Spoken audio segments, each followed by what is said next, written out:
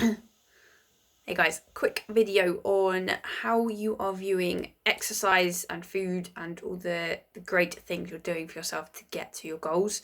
Just a reminder really as well, like it's so important, this mindset that we keep talking about, to get you thinking and feeling about things in the best possible way. Because you've done diets before, you've got that kind of that diet mentality that we're surrounded by in society anyway.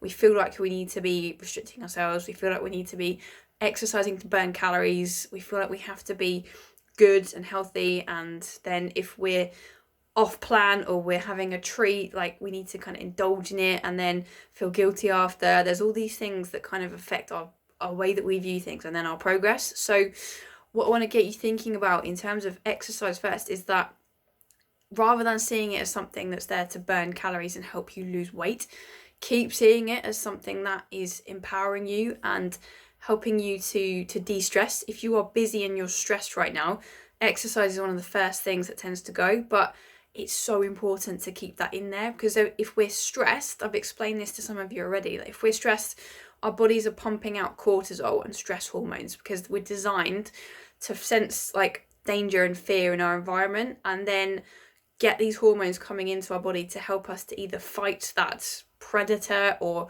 run away or do something active. Basically, ever since we were kind of prehistoric humans, we felt stress, we released cortisol, we did something with it, and then that cortisol dies off because something happened. But in our modern day society, we just feel stressed and then we try and get more done and we don't do any exercise, and the stress hormones just go round and round and round and round, and then that causes us to retain water.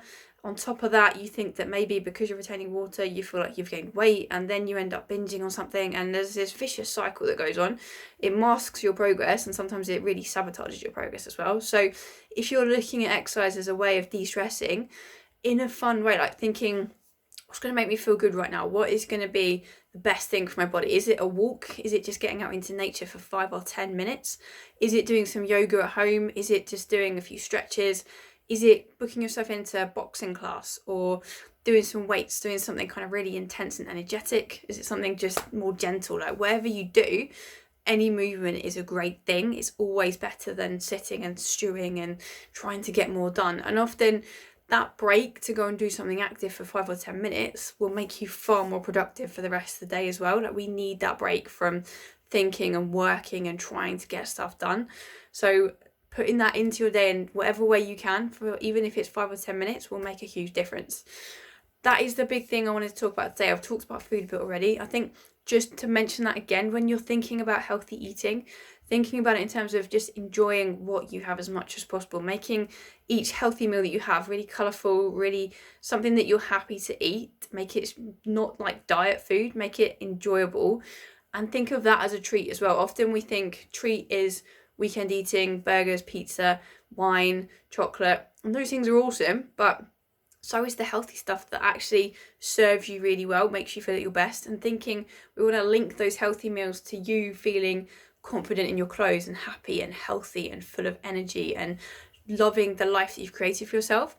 And then the other foods, they have their place, but if you overindulge on them, they make you feel crap. We know that. So linking overindulging on them to feeling crap and finding that balance, keep working on bringing yourself back to a level that feels right for you in terms of a couple of glasses of wine maybe rather than a bottle, or one kind of takeaway in the week rather than 2 or 3 plus a few extra bits. It's kind of finding the right balance that means you get the best of both worlds, and that takes practice. So when it doesn't work, if you went off track at the weekend, don't beat yourself up for that, but look at what you can learn from it and take those feelings to use next time. So when you are in that same situation where there's all this indulgent stuff around and you're tempted, remember that it makes you feel crap if you go overboard on it. So linking yourself back to, okay, what's a healthy choice I can make when I'm out today? What can I do? What could I maybe eat less of, or make a different selection so that it sets you up to feel great tomorrow, the next day, and you'll start to see that progress. And it's always making those choices in the moment and linking it to future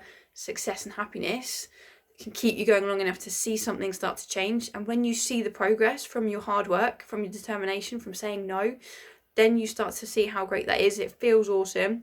It builds your motivation, and then you want to keep doing it. So I hope that helps. I'm going to keep this under 5 minutes. Have a great day, and I'll speak to you soon.